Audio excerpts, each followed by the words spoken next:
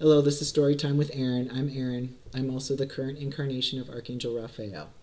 I wanted to create a safe space where we could go on a journey of self-discovery and talk about relevant topics along the way.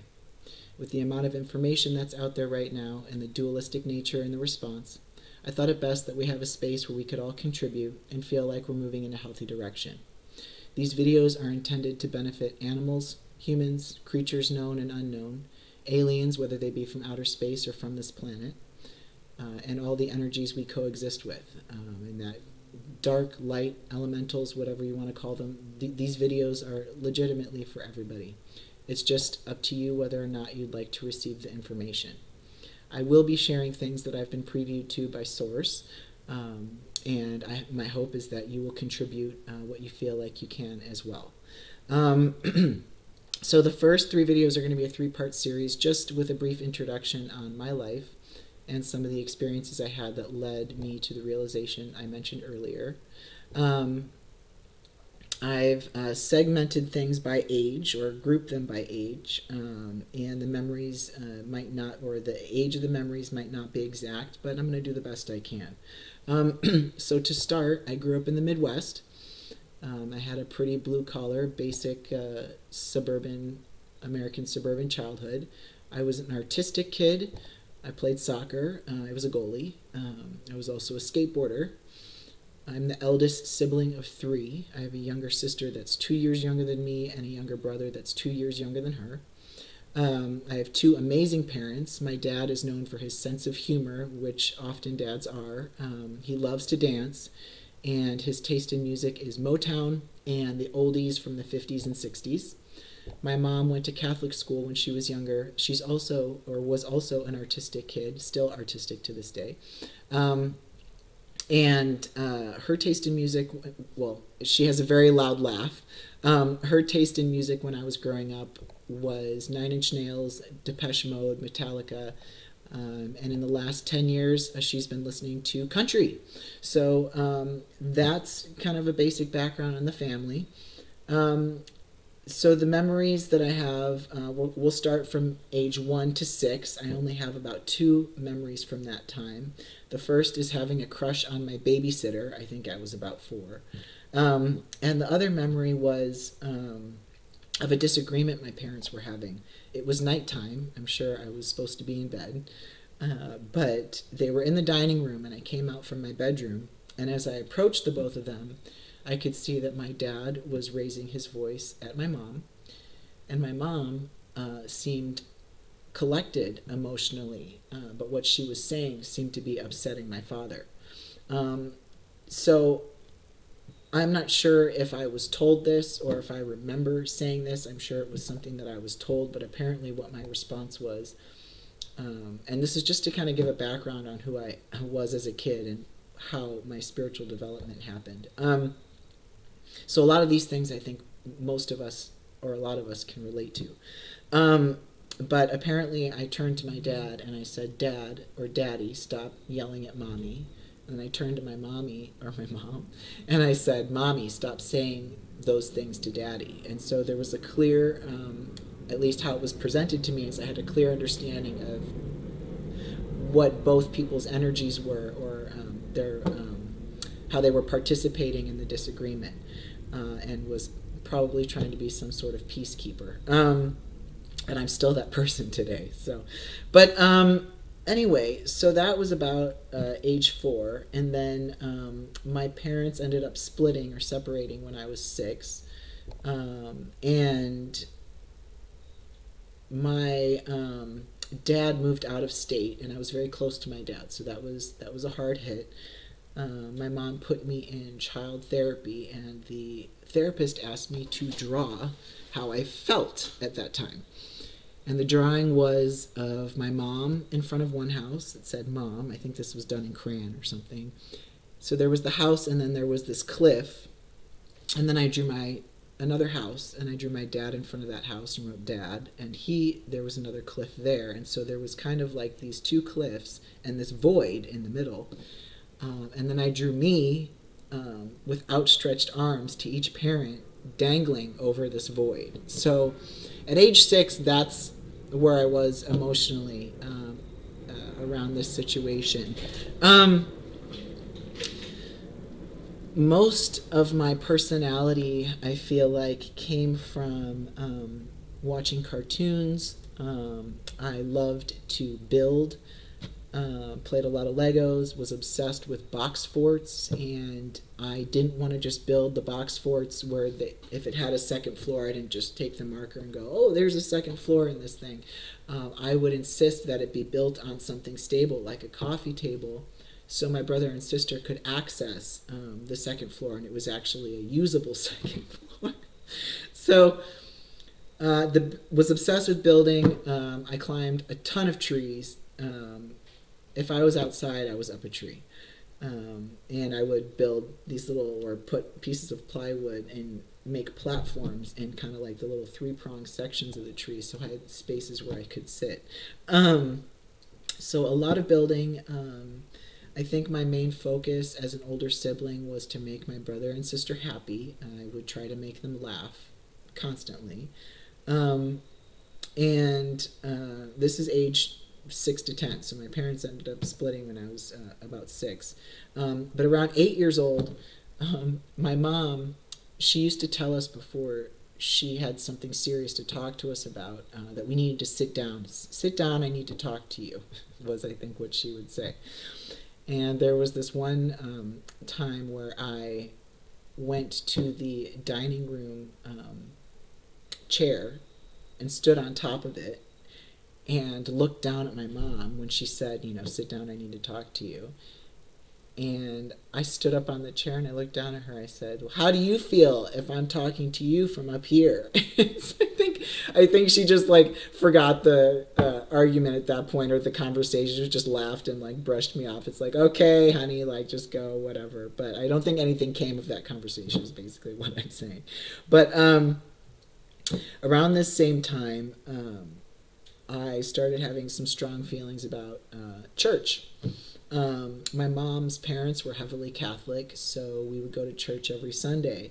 But I loved wearing hats, and you were supposed to take your hat off at church. And I always remember it kind of broke my heart when I had to do that. And I was questioning church, because I'm like, well, if this is what I love, why would God, or whatever this safe space is, want me to feel bad?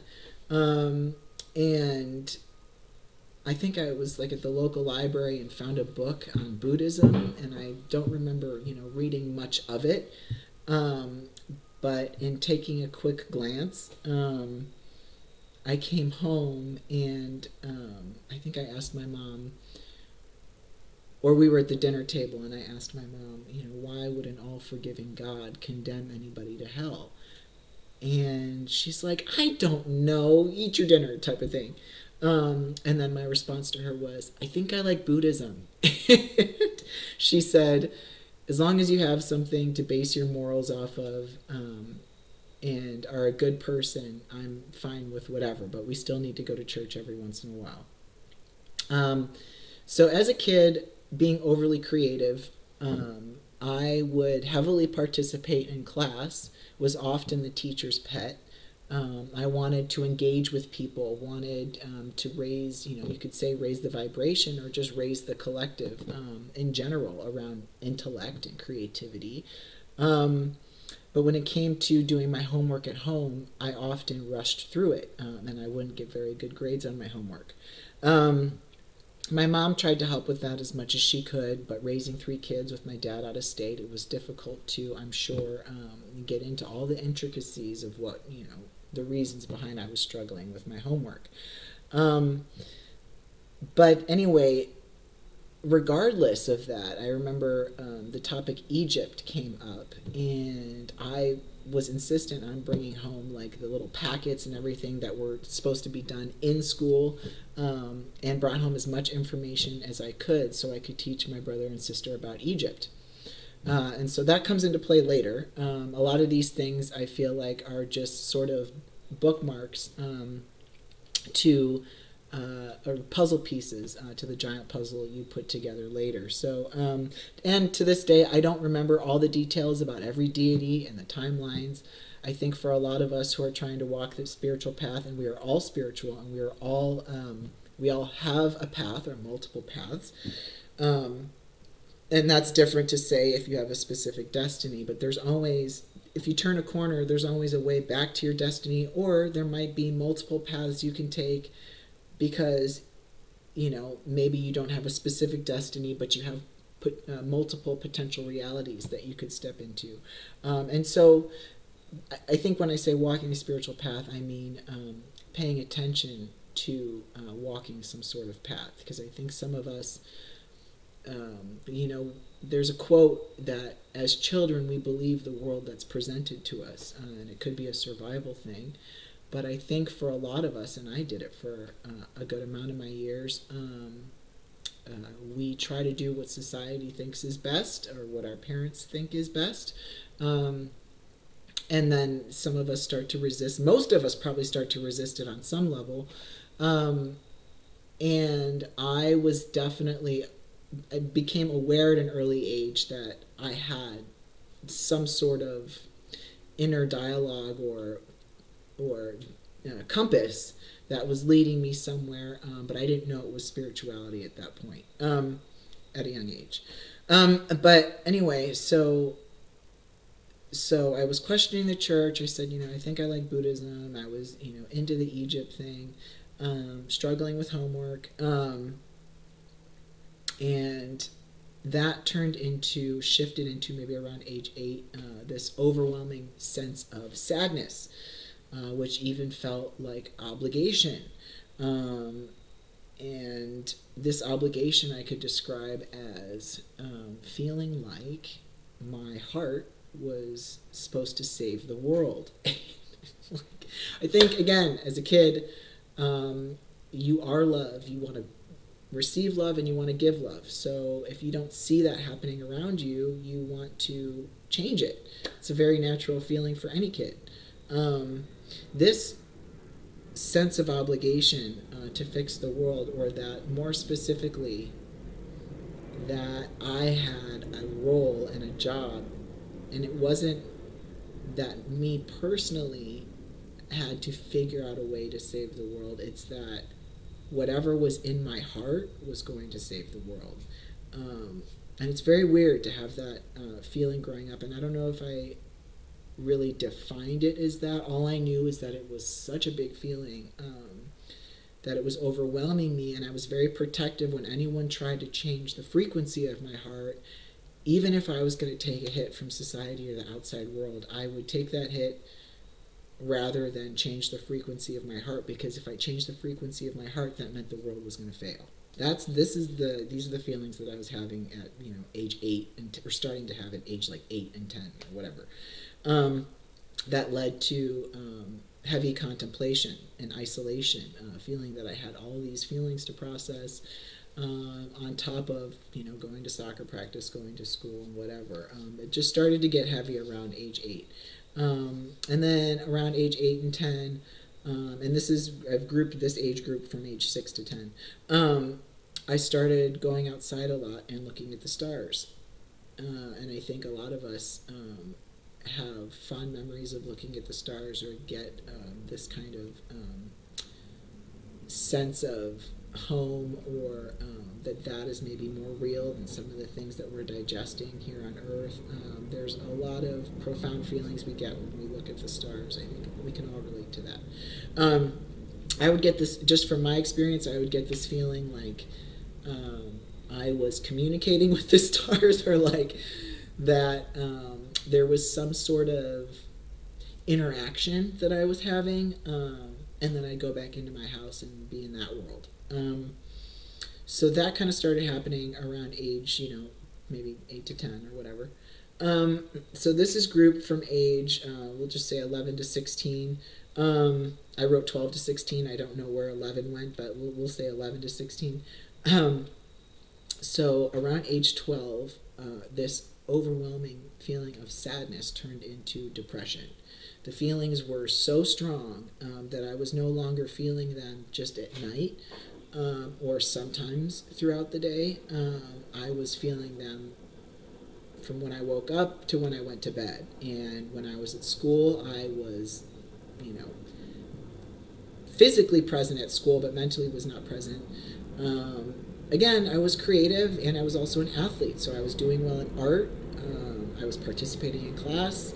I was doing exceptionally well in gym class, which made me feel like I'm a rock star, whatever. Like, I can do no wrong if I'm physically like this awesome, whatever. Like, those are good crutches when you're going through a simultaneous spiritual experience. While you're trying to get through regular society. It was, these are little ego boosts or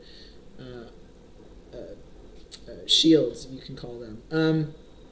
But anyway, so the sadness turned into this heavy depression, and I was becoming more and more distracted from school and from at home, or things at home.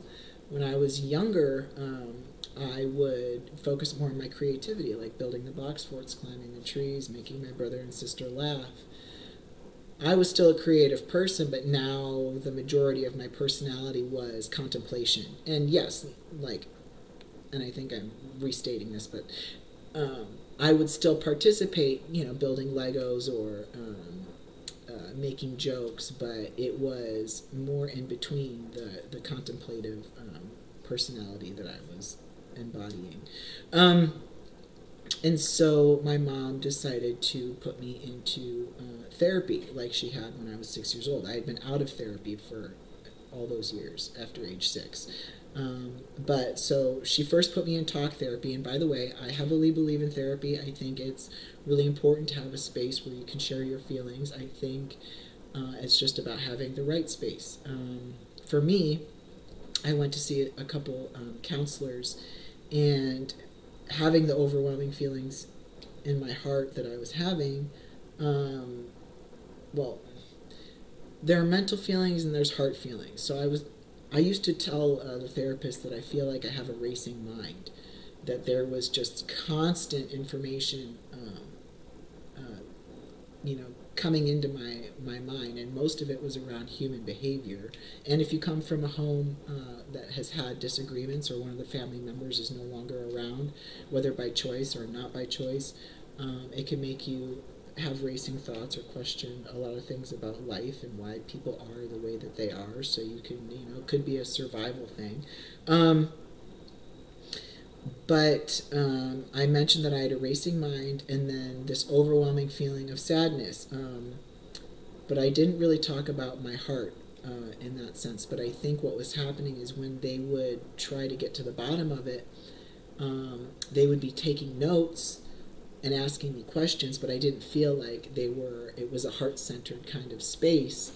And I was very much a heart-centered person, whether I knew it or not. And it was just not the way I wanted to communicate about the way that I was feeling. I felt more like I was being examined versus having a mutual heart-centered dialogue, which, not every therapist can dive into the emotions or get emotionally invested in each one of their patients. That would be exhausting. It's just unrealistic. So, and if they are, there's probably a lot of care and consideration that goes into their work. And they're probably aware maybe that they are a little bit more of an emotionally involved therapist, and still probably have some sort of boundary, I would hope, just for their own sake, or level of professionalism that tells them just how deep to go, because it is very healthy, I think, to be engaged with your patients.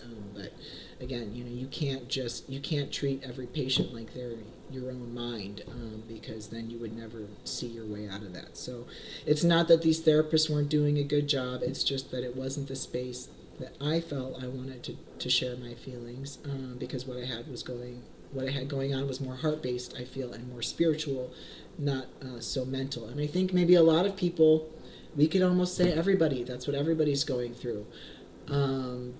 But maybe it's just more mentally focused, because the heart isn't speaking that much, because they're too distracted and whatever society is asking of them, or whatever. However it lays out for anybody, there's nothing right or wrong about anything, and what steps should be taken when. I mean, maybe some people should go see, work on their mental mental relief first, and then get more into the emotional stuff. So, for me, I was all emotion. So,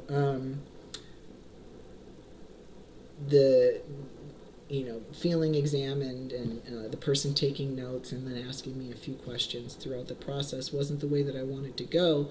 And so my mom decided to see if we should explore the medication route. And she took me to a therapist, or a psychiatrist, who I think I went in there and like was literally in there for like 10 or 15 minutes, and the guy, after like hearing how I just described my talk therapy sessions, the guy was even more clinical. And I think was, as I was talking, he's like, okay, tell me what you're experiencing. And I'm like, okay, don't know where to start or what's important here, but racing thoughts, blah blah blah. And so he's got this clipboard, and he's like going check, check, check, check.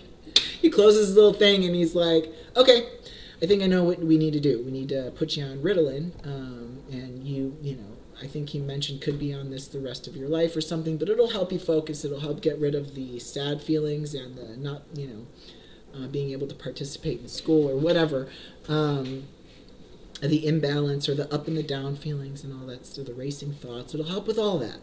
And I remember, and again, he's a psychiatrist. He's there to kind of, facilitate the brain in functioning better according to Western medicine. And it, has probably assisted, I'm sure there's stories out there where it's assisted people in, just maybe becoming realigned, or freeing them of some things they need to be freed from at the time. And these are all conversations we can get to down the road. What uses these things have, maybe the direction we want to head in as a society, so we feel like we understand really what's necessary, what's not necessary, if any is necessary, intervention, medicinally, psychiatrically, and all that. But I came out of that meeting, and I said to my mom, again, my mom was someone that was very good about, if we felt something had happened at school, or with a friend, and we were not okay with it, she'd be like, okay, well, how does it make you feel, and is there anything you feel like you could do that would make you feel better about it? So she was very good about talking to us about our emotions. And when I came out of that meeting, I was like, Mom, I only talked to that guy for like 10 or 15, I think it was like 12. I only talked to that guy for 10 or 15 minutes, and he wants to put me on medication the rest of my life. And I'm not comfortable with it, because I don't feel like he knows me, or, it's just, he didn't talk to me long enough, I feel like, to put me on medication the rest of my life. And so my mom was like, that's okay. If you're not comfortable, we don't have to do it. And then my dad, I think I might have seen one or two talk therapists since that point. But my dad moved back to the state, my home state, when I was about, I want to say 14.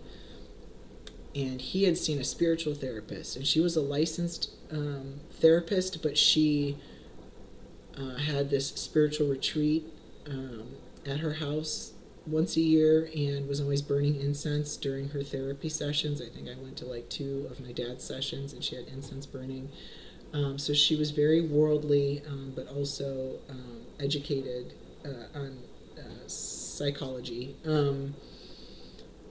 So my dad said, why don't you go see what she has to say? And when none of this other stuff was working. And I went into that session. She asked me to tell her how I was feeling. And I said, really sad. And I said, but it's not a feeling like I'm sad about my own life. Even though there were things that I was sad about in my own life, like my parents not being together, and being overwhelmed at school, and whatever. I said, I'm not sad about my life. And I think I might have said, like, I've never wanted to switch lives with anybody or thought it would be easier to be someone else. Like, I've never wanted to be somebody else. Um, but I'm sad about the way the world is. And so she said, well, can you tell me a little bit about that? And the example that I gave her was, okay, well, when you're at the grocery store and you see maybe two moms and they both have kids at the same school, when they first see each other, there's like this spark of joy because they recognize each other. They're like, oh my God, somebody I know, and it's a very positive experience when they first see each other. But as they get closer, and you can even see this without knowing the conversation they're engaging in, you start to see them, as they start talking, you start to see them kind of like feeling bad about themselves. And I said, maybe it's because one person mentions their kid's grades, and then the other person feels like they need to mention their kids' grades. And maybe one of their other kids isn't doing so well, and so they either avoid it by mentioning something else that, is really, really good. And because all these really good things are happening in this person's life, it's making this other person feel bad. And by the time they're done communicating with each other and walk away, they're feeling really bad about themselves. And I'm like, I just don't understand why we have this initial, sense of joy and how it just disappears so quickly. And she goes, well, where are you getting this information? Are you reading books on, psychology or anything? And I said, I know this is going to sound strange, but I'm getting this information from out there. And I pointed at the sky. And she said, okay, I feel like I know what you're experiencing. And I think what I also said to her was, I don't want to get rid of these feelings, as sad and as like heavy, and depression is like, it's no joke. I mean, if you asked anyone, would you like to get rid of your depression, I'm sure they'd say, yeah, like I don't want to feel this way anymore. But for me, I had this like sense of duty around it, and I told her, I said, I don't think I'm supposed to get rid of these feelings, because I feel like it's more like information I'm getting. And she goes, okay. She goes, well, if you don't want to get rid of these feelings, maybe just prepare yourself for a few tough years ahead, harnessing all of this information. That was, I'm getting chills. That was huge for me, because it gave me permission to feel how I was feeling, because feeling sad, one, doesn't make the people around you that happy, and two, if it's distracting from your performance at school and in sports and things, you feel like you're letting yourself down, you feel like you're letting others down. But when and I knew that I didn't want to necessarily like get rid of the information, but I was feeling like I wasn't supposed to be that sad or something. But when she gave me permission, and that she didn't say, oh, it's totally okay the way that you're feeling. She kind of did, but she normalized it. She was saying, yeah, just prepare yourself that it's not going to be easy for a few years, and see where that gets you. And then she also gave me advice. I think she said something like, just consider yourself kind of like a lighthouse, and you have a generator, and you have to keep the generator, healthy in order to be able to shine the light. And so she was teaching me about breath work, and she said something about, and I don't remember, I'm probably going to hack this up, but she said something about breathing in. She said, imagine white light all around you, and that you're breathing in cold energy and releasing hot energy, or breathing in hot energy and releasing cold. I can't remember what it was exactly, but it was really beautiful. I wrote it in a journal that I had, that I carried around at the time. And she took me upstairs and had me lay down on a pillow and was playing Native American flute music. And she said, just relax. And then I started crying, and she let me bring the pillow home, which I'm sure was an act of kindness on her part, but also she probably didn't want a snotty pillow. So anyway, she's a beautiful person. And that was a really substantial moment for me spiritually.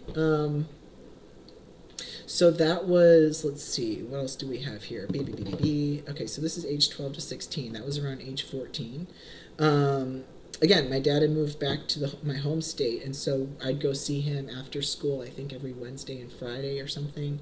And my dad had a lot of self help books. He was very oriented around business and international business, manufacturing. He worked for Esprit in the 80s and had a few clothing lines over the years. So he was very good with numbers and business, but he had a lot of self help books.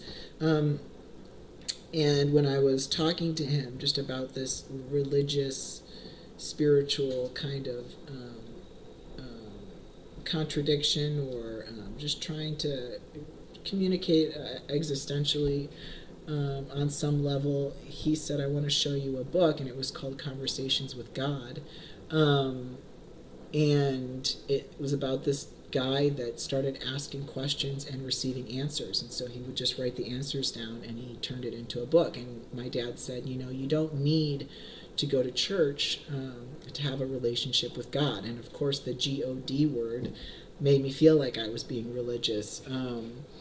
And but here's the thing, is that I mentioned that I tried to step away from that institution when I was younger, when I was talking to my mom. But I had so many feelings in me about this obligation that I had to like fix the world, and this information that I was constantly receiving. I was internalizing all of it. And what this did is it made me think, well, even if it's not God, even if it's just source, or whatever the original energy is, or you don't even have to say original, whatever the all-encompassing energy is, or the flow, or whatever, if there is something out there I can communicate with, how cool is it that I don't have to go to any institution to have that relationship?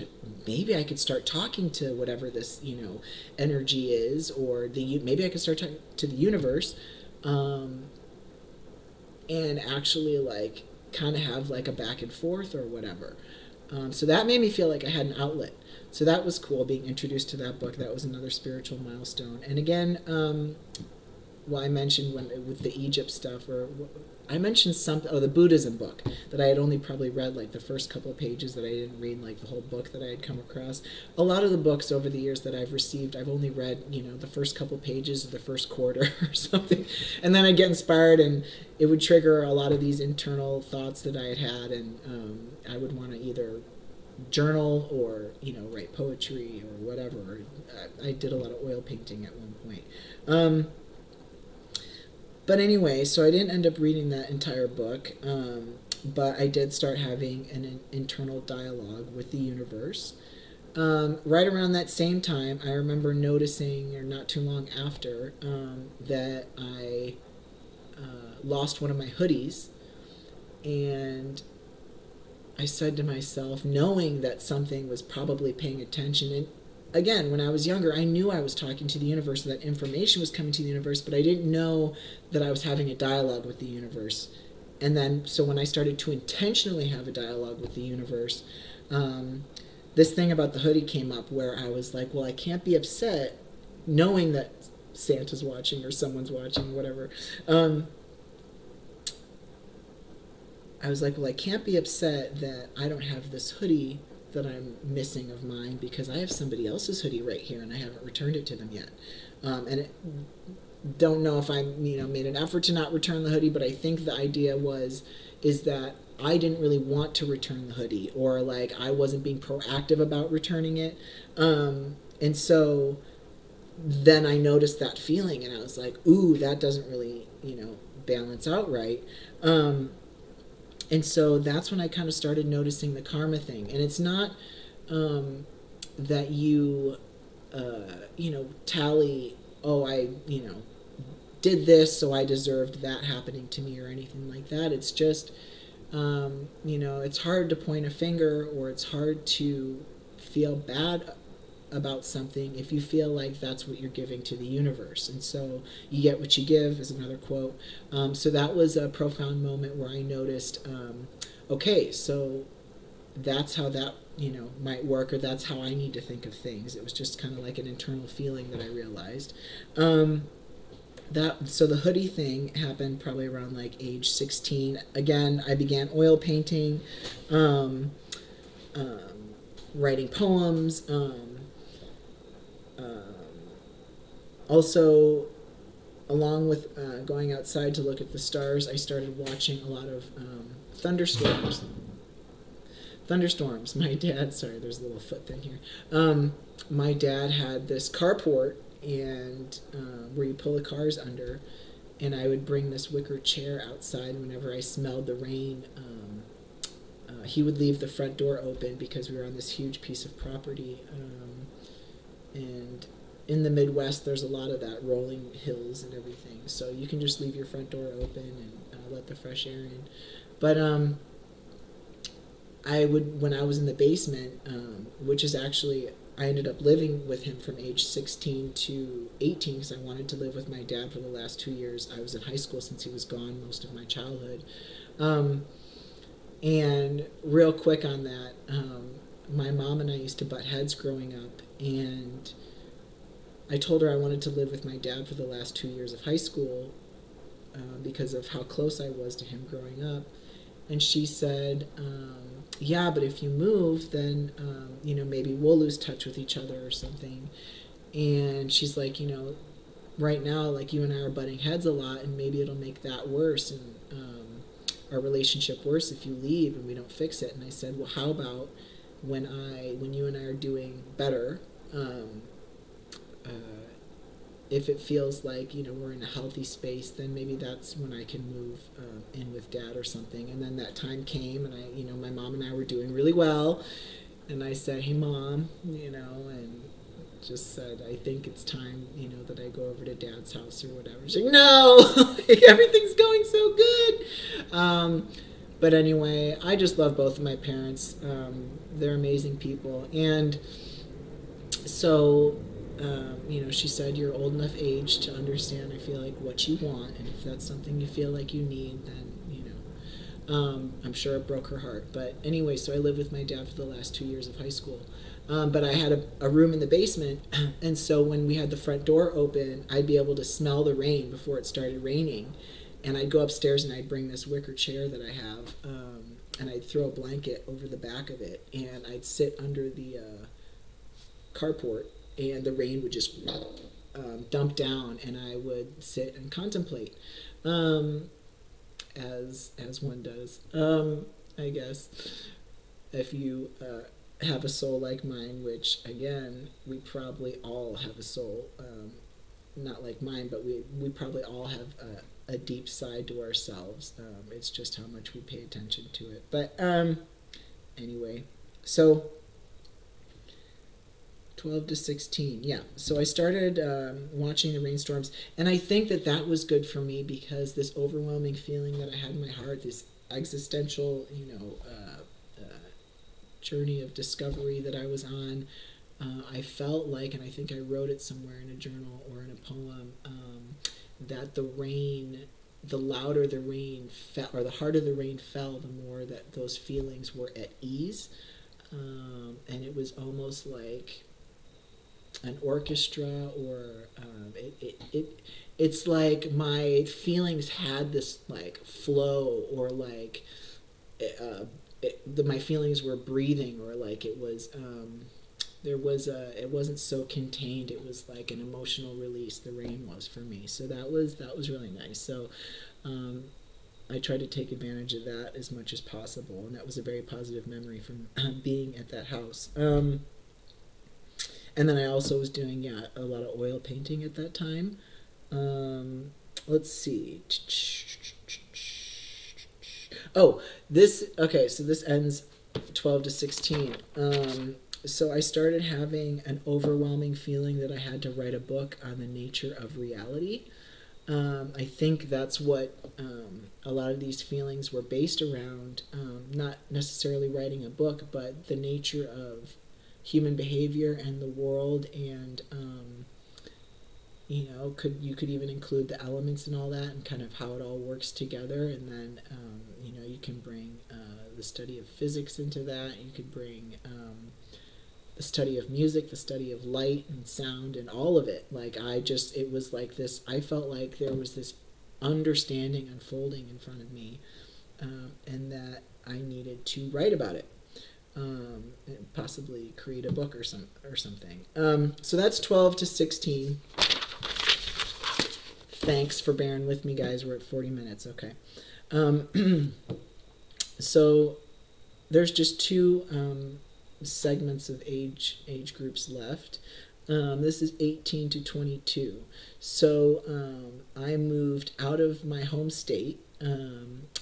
I wanted to go to college, maybe get a psych degree, and play soccer at school. But the creative part in me, I think, was feeling like there was so much happening internally that to make a decision to isolate my focus was something that was going to take me away from my life's purpose. So I think I got overwhelmed and just said to my mom that I want to take a year off of going to college, and she was like, no, like that's not happening. You're going to school. And I mentioned it to my dad, and my dad said, not everyone who made $1 million went to college or something like that. My mom, my poor mother.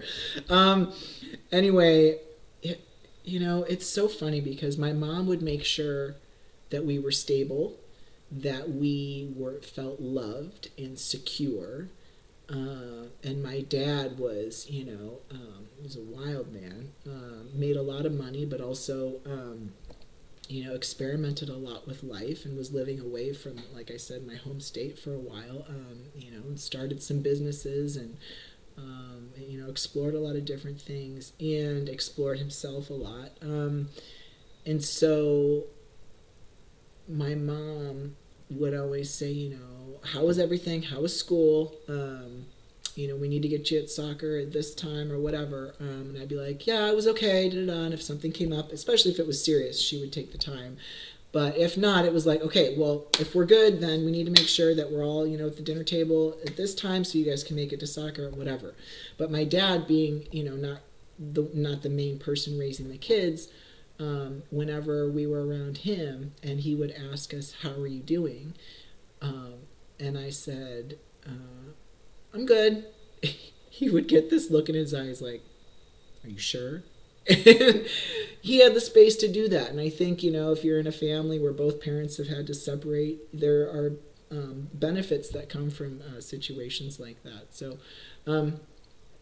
I was very fortunate to have the stability of my mother, but then to also have the kind of existential curiosities of my father and emotional exploration that he had the capacity for. So when he would ask me the second time, are you sure you're okay?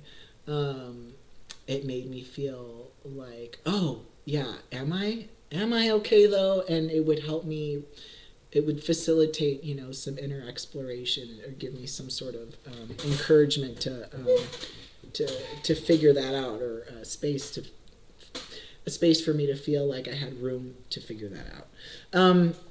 Because life, especially when you're growing up with 3 kids in a house that play sports, it gets very busy. Okay, so I decided to take a year off. I still have yet to go back to school. I feel like if I had gone back to school, I would have gone, or if I do go to school, I would probably want to get a psych degree. There are other things that I might want to study. And I, 100% believe in school. I feel like 100% is a large number, but if you feel inclined to study and go to school, I think that's a very positive thing, especially if you have the space for it. Like, one of the things I also wanted to be as a kid was a marine biologist, and you definitely have to go to school to be one of those. And so if that's your calling in life, to help the ocean, which I feel like is one of my callings as well, and I'll get into that later, and maybe just in a different way, and you are supposed to be a healer in some sense, or a doctor, an animal doctor, the school would be, the next thing for you. So after high school, so And I one 100 wholeheartedly believe in science, and exploration. So as long as it's all, for our highest and greatest good. Um, but anyway, so I moved out of my home state, and I wanted to go near the Pacific Ocean, because I have a connection with the ocean. When I was younger, I was obsessed with whales and great white sharks, and sea otters. And I think there was something there about a seal. There was a seal movie that I was obsessed with when I was a kid, but a lot of focus around the ocean. And there's a quote from a made-for-TV movie that said, "Seek what's seeking you." The ocean was definitely seeking me, but I didn't really understand that until later, what that connection meant. Um, but I wanted to be near the Pacific Ocean. Also, I should mention that when I was that age from 1 to 6, um, I had a reoccurring dream, maybe twice, or I had a dream when I was from 1 to 6, and I probably had it again when I was like 8 to 10 or something. But it was a reoccurring dream between, like, just in my childhood, that the shark from Jaws, the Jaws poster, where the shark is coming up and the girl's swimming, and I think there's another one with a shark in like a boat, and a man's on the boat with like a spear. I would have this dream, that I was the man on the boat with the spear, and the shark would jump up and come down with its whole mouth, open the mouth, and engulf me and the spear in the boat all in one kind of chomp. And it was a very scary dream for me. Again, like, I think in childhood, the shark dream and great white sharks in general, were like representing my fears. But as I got older and watched Shark Week and all these things, I started to embrace the shark and became obsessed with the ocean, and thought how amazing are these animals, and the fear thing kind of went away. I was still had that kind of association with it, but it was transforming, or started to transform. So it started to transform probably when I was, yeah, like, 10 to whatever, like middle school to high school. The relationship to sharks started to transform. So yeah, moved towards the Pacific Ocean, and had to move back home because I think I blew all my money in like 6 months or something. And my dad had just gotten me a really fancy used car, or a really fast used car, um, and said, you need to either move home or sell the car. And I was like, I'll move home. And I moved home, and once I got home, he's like, okay, now we're selling the car. So anyway, and I'm sure my dad intended to keep the promise at first. Who knows? My dad's a pretty honest dude.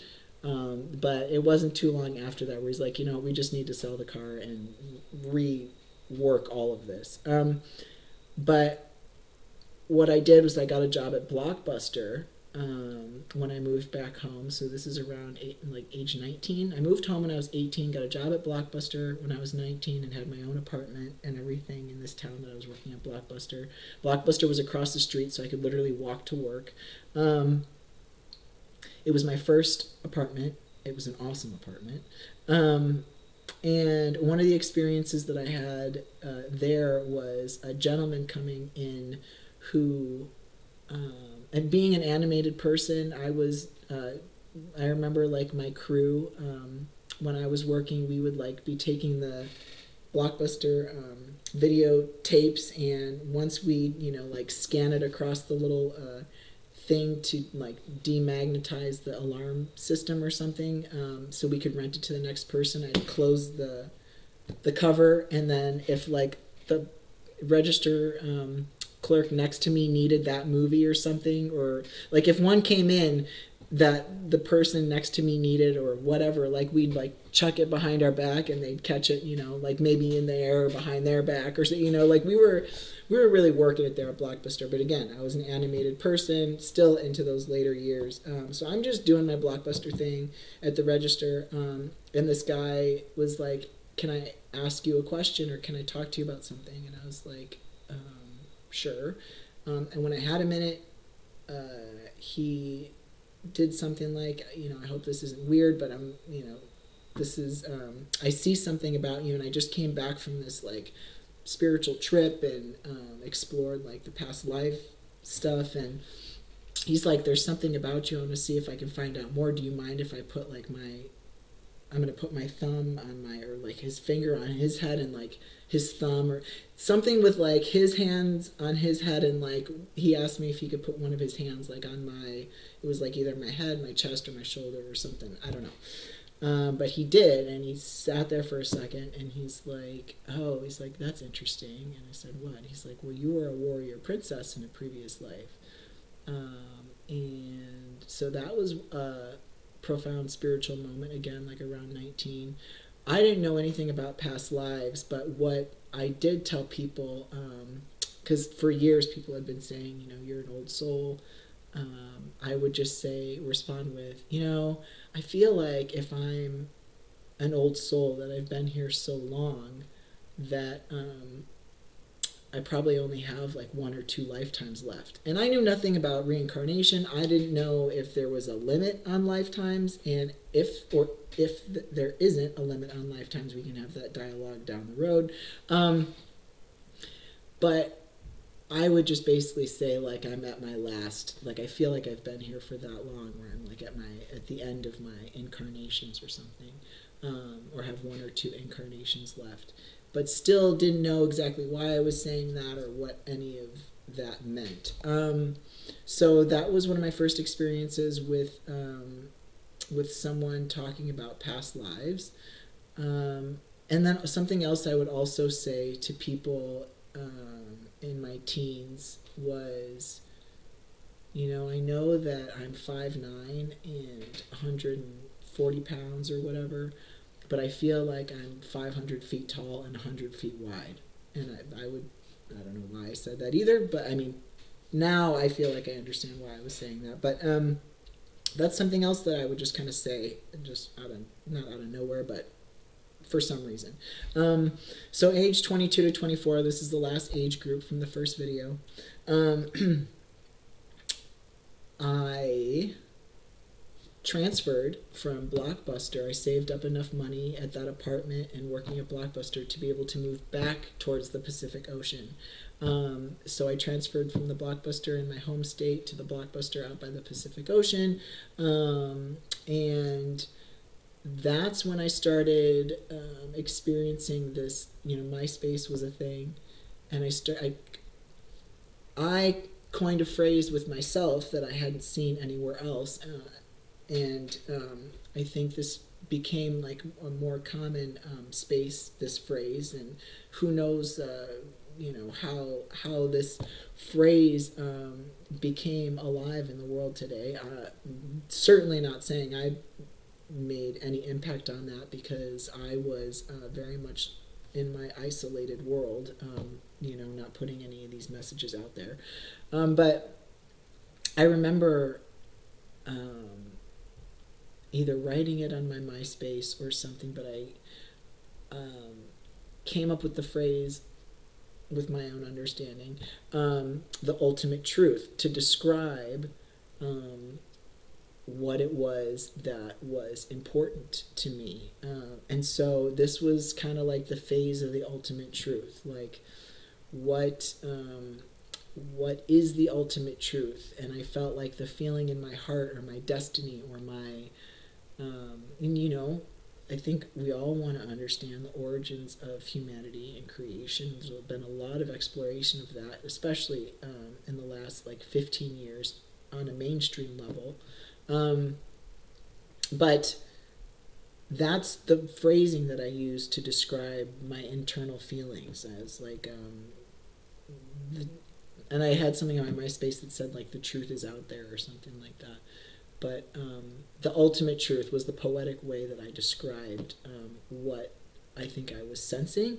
And so that was a moment for me in my early 20s to kind of compartmentalize these experiences and internal feelings that I had all those years. And then I had this feeling like, maybe in order to release the energy that's in my heart, maybe I need to be a composer, because I feel like there's some sort of like music in my heart, and it is like extremely loud, and maybe it wants to be played, maybe it wants to be written in a book about the ultimate truth and the nature of reality. Maybe I'm supposed to be a composer. Maybe um, that would be one of the ways that I can release this energy or this obligation or whatever. And then age 24, I ended up going to UCLA to a counselor to talk about the relationship that I had with my dad, because I was receiving help from him. And when I didn't feel like I was doing everything that he thought I should be doing, um, I was struggling and feeling shame and feeling bad about myself, and that I wasn't like a good person. And we talked about a few things, and I recognized that because of how much I missed my dad from childhood, that I was validating a lot of what my dad was saying over my own feelings. And of course, if you're ever receiving help from anybody, um, it's a complicated situation. I mean, not so complicated with a parent, but um, because a lot of parents just naturally want to help their children. But you do have a voice, and so it's important to be respectful, to be grateful, and understand that if you are receiving the help, who you're receiving it from, and what that might mean, depending on their approach, to life, or how they, whatever their personal needs might be, and so emotionally or physically or whatever, or monetarily or whatever, and so, and what their limitations might be and such. But what I felt is that I was involving a lot of my emotional, like my self-worth, emotional feelings in that relationship with him. And when in talking to the therapist, realized that I was validating my dad way more than I was validating my own feelings. And a couple things. When I realized that and was able to free myself from that, and understand that this is a separate person, I'm a separate person, and look at this help in a different way, in a healthier way, I had a dream while I was in therapy, that I was out on like a larger boat in the ocean, and I jumped in the water, and I think there was probably like a good amount of people on this boat. Like, it wasn't like there was just like me and like two other people. I think there was like a group of, like, you could just say like 8 of us or something on this boat. So commotion, there was a lot of commotion on the boat, but I was maybe the only one in the water, or in the water away from everybody else. And I remember being underwater and seeing a shark, a great white shark. But something happened when I saw the great white shark. It was like, that gray, dark, deep, heavy, serious energy, and the black eye and everything. But it was weird because it was like a strong presence, but it was almost like a comforting presence. And like in that moment, the shark and I knew that we were okay with each other, and that if anything were to ever come around, or like the shark wasn't a threat, it was almost like, oh yeah, like as long as we're around each other, like we're good. Like, it was like the intenseness and the fierceness of the shark was my friend. And I got out of the water onto the boat, and like tried to tell people like, oh, we should just go back, to the dock or whatever, because I didn't want anyone to notice the shark and get freaked out or be like, kill it, whatever. And so we take the boat back to the dock, and I can't remember if we were just pulling up, if we were docked and everyone was still in the boat. We hadn't gotten off the boat yet. But there was another kind of larger boat that a bunch of people were on, and some people were standing over the back, like all the local whatever at the harbor, like all the people at the harbor had collected like towards the back of this boat. Like it seemed like the boat had kind of just pulled in also. And I was like, well, what's going on over there? And got off the boat and walked over to this other boat and looked over the back like everyone else was. And there was, and this next part's a little sad, so just forewarning. But there was the back of a shark's body, and it was kind of, flickering a little bit. It was dying, and its head had gotten caught in the propellers, and I recognized that it was my shark friend, and I woke up just a mess, like completely. Well, and there's probably a couple reasons for that. I was feeling like the nature of the world wasn't complementary to human beings or animals, and that was an example of that. Also, having such an emotional bond with that shark, I think waking up and having that shark, pass away the way that it did was like really intense. But I think it was that same day that I came to the realization that that was the first shark dream that I had had since the reoccurring shark dreams when I was little. And in this dream, I was friends with the shark. And like I said, my relationship with the ocean or with sharks in general was already transforming because I was growing up and learning what magnificent, beautiful creatures they were. But what my intuition was telling me is that the shark from when I was younger was representative of my dad leaving or my parents' separation. And this shark was representing the fact that I had made peace with that, and that I was healing the relationship with my father by going to therapy and talking about how to kind of change my perception around validating my dad over myself, and that the shark passing away was representative of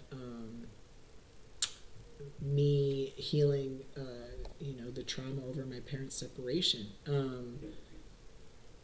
and healing the relationship, or that fear was now closed.